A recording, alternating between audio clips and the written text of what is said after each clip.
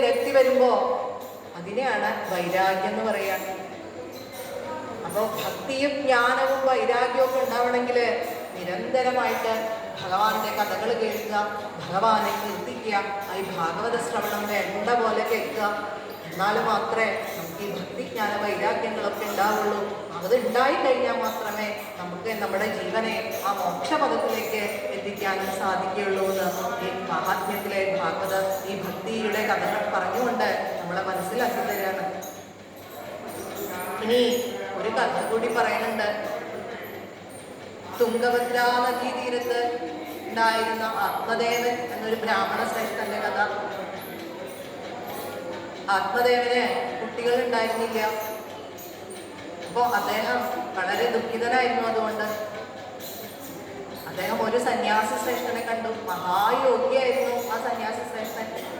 ആ യോഗിയുടെ അടുത്ത് ചെന്നിട്ട് സന്താനങ്ങൾ ഉണ്ടാവണില്ല എന്നുള്ള ദുഃഖം പറഞ്ഞു.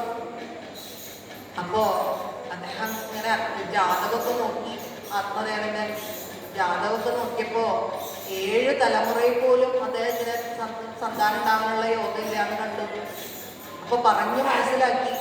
പക്ഷെ എന്നിട്ടും ആത്മദേവന് ദുഃഖം സഹിക്കാൻ പറ്റണില്ല. അപ്പോ ആ യോഗീശ്വരൻ ഒരു മാമ്പഴം അങ്ങോട്ട് കൊടുത്തു ആത്മദേവന്. എന്നിട്ട് പറഞ്ഞു, ഇത് പത്നിക്ക് കൊണ്ട് കൊടുക്കണം. പിന്നെയോ 1 വർഷക്കാലം വ്രതനിഷ്ഠകളൊക്കെ അനുചരിച്ചിട്ട് ആ വ്രതങ്ങളൊക്കെ അനുഷ്ഠിച്ചിട്ട് ഭഗവാനെ തന്നെ പ്രാർത്ഥിച്ചുകൊണ്ടിരിക്കാനായിട്ട് പറഞ്ഞു പത്നിയോട്.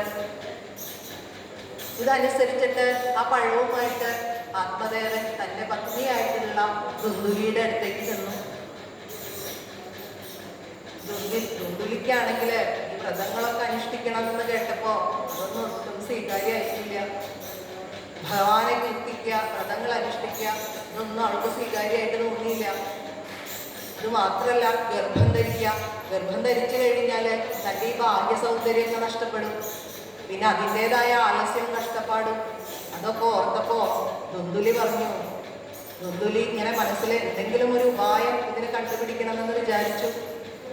അപ്പോൾ ആ സമയത്ത് ദുന്ദുലിയുടെ സഹോദരി ഗർഭിണിയായിരുന്നു. അപ്പോൾ സഹോദരിയോട് പറഞ്ഞു, വേണ്ട പാരിതോഷികങ്ങളൊക്കെ തരാം, നീ പ്രസവിക്കുന്ന ആ കുഞ്ഞിനെ എനിക്ക് തരണമെന്ന് പറഞ്ഞു. ഇത് സമ്മതിച്ച സഹോദരി ആ കുട്ടിയെയൊക്കെ കൊടുക്കാനായിട്ട് തയ്യാറായി. ആത്മദേവന്റെ മുമ്പിൽ ആ ഗർഭിണിയാണെന്ന് അഭിനയിക്കുകയും ചെയ്യാമെന്ന് പറഞ്ഞു.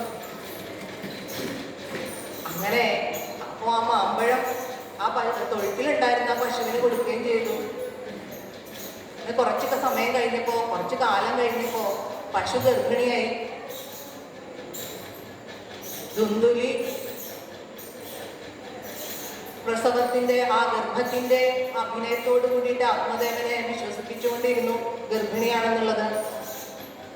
കുറച്ചു കാലം കഴിഞ്ഞു. ആ സഹോദരി പ്രസവിച്ചു. ആ കുഞ്ഞിനെ ദുന്ദുകാരി എന്ന് പേരിട്ടു. തൊഴുത്തിലുണ്ടായിരുന്ന ആ ഗർഭിണിയായിട്ടുള്ള പശുവും പ്രസവിച്ചു. നല്ലൊരു ആൺകുട്ടിയെ പ്രസവിച്ചു. ആ കുട്ടിയുടെ കർണം മാത്രം കുറച്ച് നീളമുള്ളതായിരുന്നു.